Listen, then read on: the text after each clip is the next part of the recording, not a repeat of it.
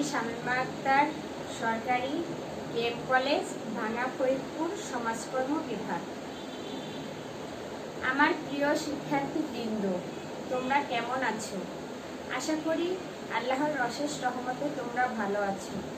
এই দুর্যোগময় সময় কোভিড-19 করোনার জন্য আমরা তোমাদের সঙ্গে দেখা করতে পারছি না, তোমাদের সঙ্গে কথা বলতে পারছি না। তাই তোমরা পড়াশোনারও অমনোযোগী হয়ে গেছো বাড়িতে থেকে থেকে। তাই আজ আমরা অনলাইন ক্লাস পদ্ধতিতে তোমাদের সামনে হাজির হয়েছি। আশা করি তোমরা এই ক্লাসগুলি নিয়মিত দেখবে এবং বাড়িতে চেষ্টা করবে।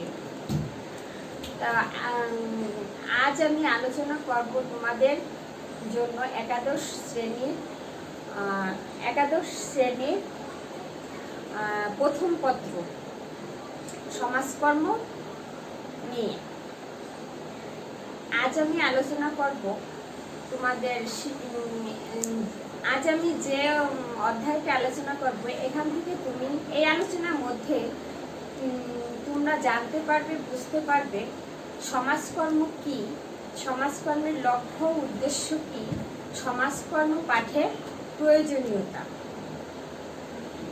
সমাজকর্ম কি? আদিম যুগ থেকেই মানুষ একে অপরের সঙ্গে মিলেমিশে বসবাস করে, আর এই মিলেমিশে বসবাস করা থেকেই হচ্ছে সমাজ। মানুষ সমাজে বসবাস করতে গিয়ে একে অপরের প্রতি স্নেহ, মায়া, মমতা, আন্তরিকতা, ভালোবাসা জড়িয়ে থাকে।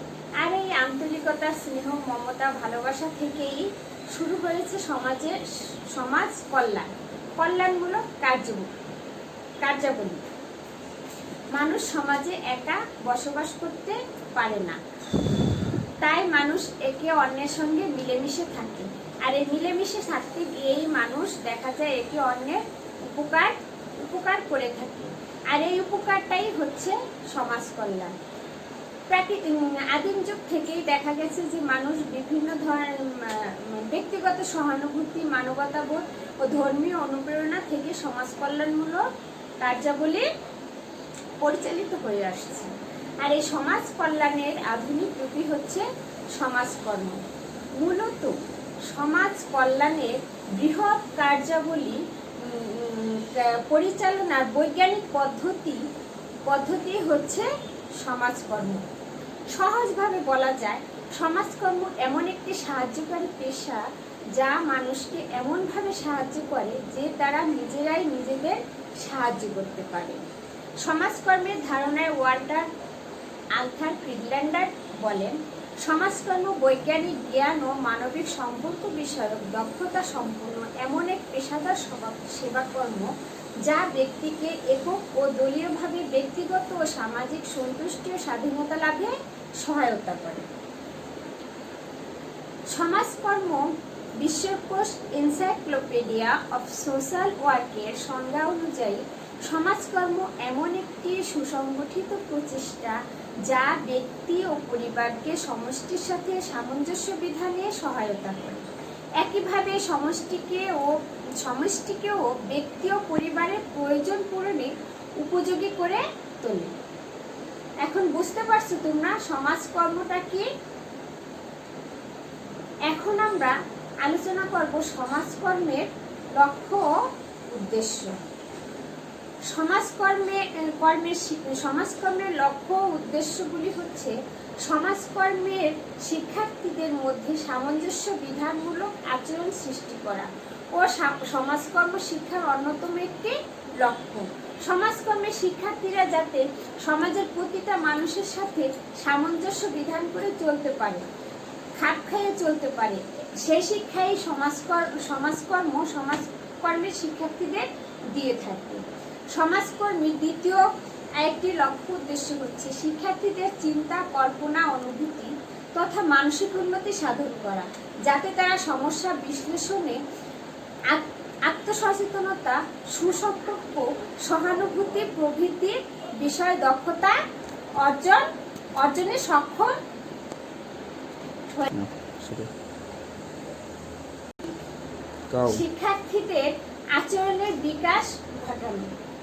ঘটানো। এর ফলে শিক্ষার্থীরা সমস্যা সমাধানে ইতিবাচক আচরণ প্রদর্শন করতে পারবে।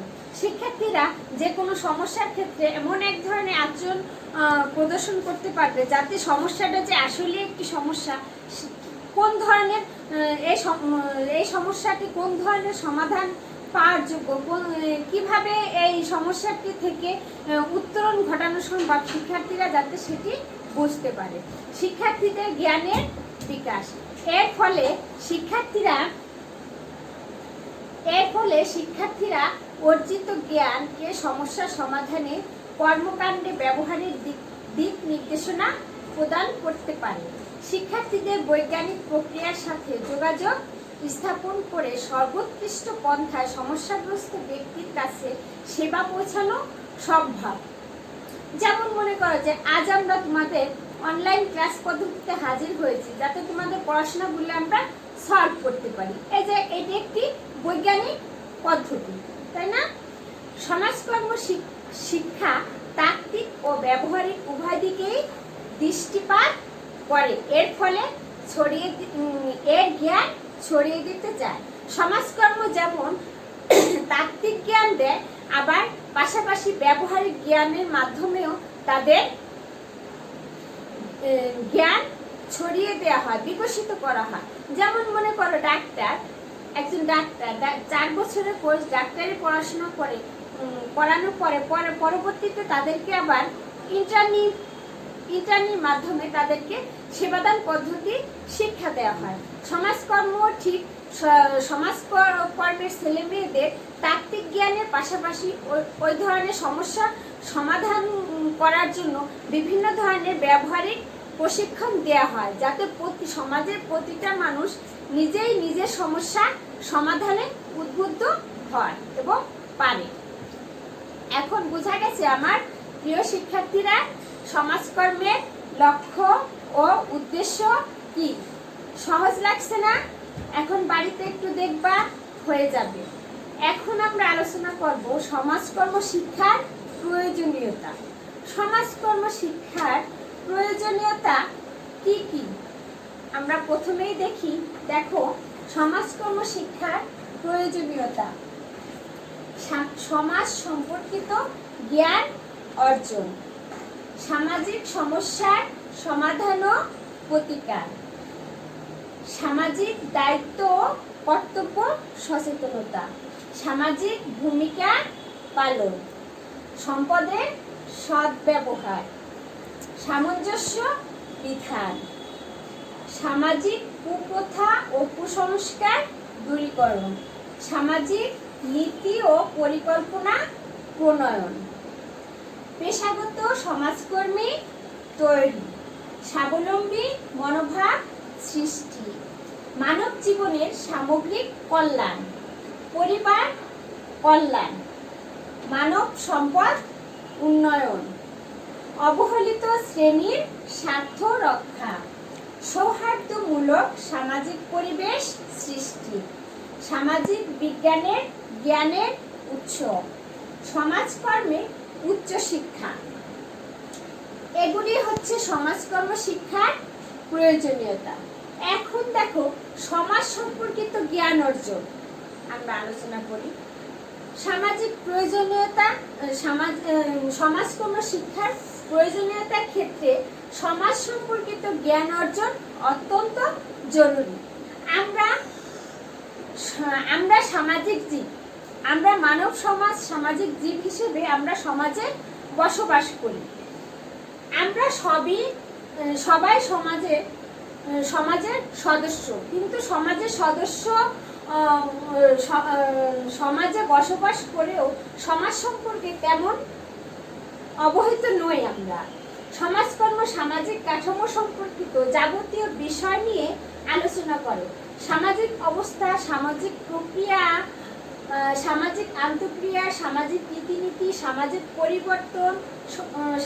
পরিবর্তন এগুলি সংস্কৃতি, প্রথা, প্রতিষ্ঠান সম্পর্কে জ্ঞান অর্জনে সমাজকর্ম শিক্ষা সহায়ক ভূমিকা পালন করে। সমাজ সম্পর্কিত জ্ঞান অর্জন মানে কি? আমরা এইটুকু আলোচনার মধ্যে বুঝতে পারলাম সমাজে বিদ্যমান যত ধরনের বিষয় আবর্তিত মানুষকে ঘিরে, তাই না? এই সম্পর্কে বিভিন্ন এই বিষয়গুলি, এই যে বিষয়গুলি বললাম, সামাজিক রীতিনীতি, সামাজিক প্রথা, সামাজিক পরিবর্তন, সামাজিক অবকাঠামোগত উন্নয়ন, এই সব কিছু সম্পর্কে প্রতিটা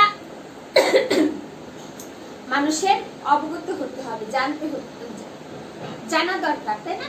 এগুলি সমাজকর্ম শিক্ষা দিয়ে থাকে, সমাজ সম্পর্কে জ্ঞান দিয়ে থাকে। দ্বিতীয়ত হচ্ছে সামাজিক সমস্যার সমাধান ও প্রতিকার। আমরা সমাজে বসবাস করতে গিয়ে দেখা যায় কি বিভিন্ন ধরনের সামাজিক সমস্যার সম্মুখীন হয়ে থাকি, তাই না? সমাজে বিদ্যমান বিভিন্ন ধরনের সামাজিক সমস্যা, যেমন দেখা যায় বেকারত্ব, নিরক্ষরতা, বিভিন্ন ধরনের কুসংস্কার, কুপ্রথা, তারপরে দেখা যায় মাদকাসক্ত, এসব বিভিন্ন ধরনের সমস্যা সমাধান করার জন্য আমাদের সমাজকর্মের জ্ঞান অত্যাবশ্যক, তাই না? সমাজকর্মের জ্ঞান অর্জন করতে গিয়ে সমাজকর্মের জ্ঞানকে কাজে লাগিয়ে আমরা সমাজের বিভিন্ন ধরনের সমস্যাকে সমাধান করতে পারি। এই জন্যই আমাদের সামাজিক সমস্যা সমাধানের জন্য সমাজকর্মের জ্ঞান প্রয়োজন। তৃতীয়ত দেখো সামাজিক দায়িত্ব ও কর্তব্য সচেতনতা। সমাজে বসবাস করতে গিয়ে আমাদের বিভিন্ন ধরনের দায়িত্ব থাকে, যেমন রাষ্ট্রের প্রতি কিছু দায়িত্ব, সরকারি নিয়ম কানুন পালন করা, তারপরে সুনাগরিক হিসেবে গড়ে তোলা, পরিবারের প্রতি দায়িত্ব আছে, বাবা মার কথা মেনে চলা, বাবা মার প্রতি খেয়াল রাখা, বয়স হলে তাদের সেবা যত্ন করা, ছোটদের প্রতিও কিছু দায়িত্ব কর্তব্য রয়েছে, আবার সমাজের প্রতিবেশীর প্রতি কিছু দায়িত্ব কর্তব্য রয়েছে। এই বিভিন্ন ধরনের দায়িত্ব কর্তব্য বোঝার জন্য আমাদের সমাজকর্মের জ্ঞান দরকার। সমাজকর্মের জ্ঞান অর্জন করেই একটা শিক্ষার্থী সামাজিক দায়িত্ব ও কর্তব্য সম্পর্কে সচেতন হতে পারে। চতুর্থ দেখা যায় সামাজিক ভূমিকা পালন। প্রতিটা মানুষের দেখা যায় আমরা রাষ্ট্রে বসবাস করতে গিয়ে সামাজিক কিছু ভূমিকা পালন করতে হয়। সেই সামাজিক ভূমিকাগুলি কোন ধরনের ভূমিকা পালন করা দরকার, কি ভূমিকা আমাদের রয়েছে সমাজের জন্য, রাষ্ট্রের জন্য, এগুলি বোঝার জন্য সমাজকর্মের জ্ঞান অত্যাবশ্যক। সমাজকর্মের জ্ঞান জানা দরকার। সমাজকর্মের জ্ঞান জেনে আমরা সমাজের প্রতি যথেষ্ট ভূমিকা পালন করতে পারি। তারপরে রয়েছে সম্পদের সদ্ব্যবহার। সম্পদের সদ্ব্যবহার কিভাবে করব? আমার প্রিয় শিক্ষার্থীবৃন্দরা, সম্পদের সদ্ব্যবহার কিভাবে করব সেগুলি বোঝার জন্য, জানার জন্য সমাজকর্মের জ্ঞান প্রয়োজন। তারপরে সামঞ্জস্য বিধান। দেখা যায় কি শিল্প বিপ্লবোত্তর সমাজে সমাজটা নিত্য নতুনই পরিবর্তন হচ্ছে। শিল্প বিপ্লবোত্তর পরবর্তীকালে দেখা যায় সমাজ বিভিন্ন ধরনের অবকাঠামোগত দিকে, বৈজ্ঞানিক দিকে, পারিপার্শ্বিকভাবে উন্নয়নের জোয়ার, কিছু কিছু ক্ষেত্রে কিছু পরিবর্তন, এই পরিবর্তনের সঙ্গে সামঞ্জস্য বিধান করে চলার জন্য সমাজকর্মের ভূমিকা অতি প্রয়োজনীয়। সমাজকর্মের সেই শিক্ষাই আমাদের প্রদান করে থাকে যে পরিবর্তনশীল সমাজের সঙ্গে প্রতিটা মানুষ কিভাবে সামঞ্জস্য বিধান করে চলবে। তারপর সামাজিক কুপ্রথা ও কুসংস্কার দূরীকরণ। সমাজে কিছু কুপ্রথা ও কুসংস্কার রয়েছে, বিদ্যমান রয়েছে, যেগুলি থাকলে আমাদের সমাজকে অবনতির দিকে নিয়ে যায়। এই কুপ্রথা ও কুসংস্কারগুলি সমাজ থেকে উত্তোলনের মাধ্যমে সমাজকে সুষ্ঠু স্বাভাবিকভাবে পরিচালনা করানো সম্ভব। সমাজকর্ম থেকে আমরা সেই জ্ঞান পেয়ে থাকি। তারপরে সামাজিক নীতি ও পরিকল্পনা প্রণয়ন। সমাজে বিভিন্ন ধরনের নীতি ও পরিকল্পনা গ্রহণ করা হয়ে থাকে সামাজিক উন্নয়নমূলক কার্যাবলী পরিচালনা ক্ষেত্রে। সমাজে কোন সমস্যার জন্য কোন পরিকল্পনা ও নীতিটা প্রণয়ন করা দরকার এবং কি সেটা কি যথাযথই হবে কিনা সে সম্পর্কে সুষ্ঠু জ্ঞান অর্জনের জন্য আমাদের সমাজকর্ম জ্ঞান প্রয়োজন। তারপরে দেখো আছে পেশাগত সমাজকর্মী তৈরি। একজন পেশাগত সমাজকর্মী দেখা যায় কি সমাজের বিভিন্ন ধরনের সমস্যা সমাধান করতে সক্ষম হয়। আর এই পেশাগত সমাজকর্মী তৈরির জন্য সমাজকর্মীর ভূমিকা অত্যাবশ্যকীয়, অনেক গুরুত্বপূর্ণ। সমাজকর্মের উপরে পড়াশোনা করে যথাযথ জ্ঞান অর্জন করে একজন সুনাগরিক হিসেবে গড়ে ওঠে এবং এবং পেশাগত সমাজকর্মী তৈরি করা হয়। একজন পেশাগত সমাজকর্মী পারে সমাজকর্মের বিভিন্ন ধরনের সমস্যার সমাধান করতে। স্বাবলম্বী মনোভাব সৃষ্টি। সমাজে প্রতিটা মানুষের মধ্যেই দেখা যায় কি যে কিছু না কিছু জ্ঞান রয়েছে। এই জ্ঞানগুলি আসলে বাস্তবে প্রয়োগ করা হয় না, ওই সুপ্তভাবেই থেকে যায়। সমাজে প্রতিটা মানুষের কার মধ্যে কোন ধরনের মেধা রয়েছে, সমাজকর্ম সেই মেধাকে খুঁজে বের করে তার উপরেই তাকে স্বাবলম্বী করানোর চেষ্টা করা হয়। যে যার যেদিকে মেধা আছে, যার খেলাধুলার দিকে মেধা তাকে ওই দিকে নেওয়া হয়। যে বিভিন্ন ধরনের কারিগরি শিক্ষা, যদি কোনো হাতে কারিগরি কোনো শিক্ষা পেয়ে সে ওর উপরে সে স্বাবলম্বিতা অর্জন করতে পারে। কেউ ডাক্তার, কেউ ইঞ্জিনিয়ার, কেউ শিক্ষকতা, যার যে দিকে মেধা আছে তাকে সেই দিকে নিয়ে যাওয়া হয় এবং স্বাবলম্বিতা অর্জনের জন্য যথেষ্ট জ্ঞান দেওয়া হয়। এই জ্ঞান অর্জন করে প্রতিটা মানুষই নিজেই স্বাবলম্বিতা অর্জন করতে পারে। এর ফলে দেখা যায় দেশ থেকে বেকারত্ব দূর হয়। আবার মানব জীবনের সামগ্রিক কল্যাণ। মানব জীবনের জন্ম থেকে মৃত্যু পর্যন্ত যত ধরনের জ্ঞান থাকে, এই সামগ্রিক কল্যাণ যত ধরনের কল্যাণ থাকে, এই কল্যাণমূলক কার্যাবলীগুলি সমাজকর্মের মাধ্যমেই হয়ে থাকে। যেমন অর্থনৈতিক উন্নয়ন, অবকাঠামোগত উন্নয়ন, তারপরে সামাজিক উন্নয়ন, তারপরে নারী শিক্ষার উন্নয়ন, তারপরে বেকারত্ব মোচন, বিভিন্ন ধরনের কল্যাণমূলক কাজ সমাজকর্ম শিক্ষা প্রদান করে থাকে। আর এই কল্যাণমূলক মানব জীবনের সামগ্রিক কল্যাণকে ঘিরেই সমাজকর্ম আবর্তিত। মানব সম্পদ উন্নয়ন। সমাজকর্ম সমাজের দেশের প্রতিটা মানব সম্পদের উন্নয়নের জন্য যথাযথ কার্যক্রম চালিয়ে যায়, যার ফলে মানব সম্পদ উন্নয়নের ফলে সমাজের ও মানুষের উন্নয়ন ঘটে। পরিবার কল্যাণ। পরিবার কল্যাণ বলতে প্রতিটা পরিবারের উন্নয়নমূলক কার্যাবলীকে বোঝায়। যেমন মনে করো যে তার অর্থনৈতিক সমস্যা দূরীকরণ, তারপরে শিক্ষার উন্নয়ন, তারপরে পরিবারে যদি কোনো কুপ্রথা কুসংস্কার থাকে সেগুলির দূরীকরণ, এই বিভিন্ন ধরনের সমস্যার সমাধান করে প্রতিটি পরিবারকে উন্নয়নের পথ সুগম করে দেওয়া হয় সমাজকর্মের জ্ঞান অর্জনের মাধ্যমে। অবহেলিত শ্রেণীর স্বার্থ রক্ষা। সমাজে কিছু শ্রেণী রয়েছে অবহেলিত। এই অবহেলিত শ্রেণী কিভাবে উন্নয়নের পথে এগিয়ে যেতে পারবে, এদের স্বার্থ রক্ষার জন্য বিভিন্ন ধরনের কার্যক্রম সমাজকর্ম থেকে গ্রহণ করা হয়ে থাকে। আবার সৌহার্দ্যমূলক সামাজিক পরিবেশ সৃষ্টি। সমাজে সৌহার্দ্যমূলক সামাজিক পরিবেশ সৃষ্টি করে থাকে সমাজকর্মের জ্ঞান, তাই না? সমাজকর্মের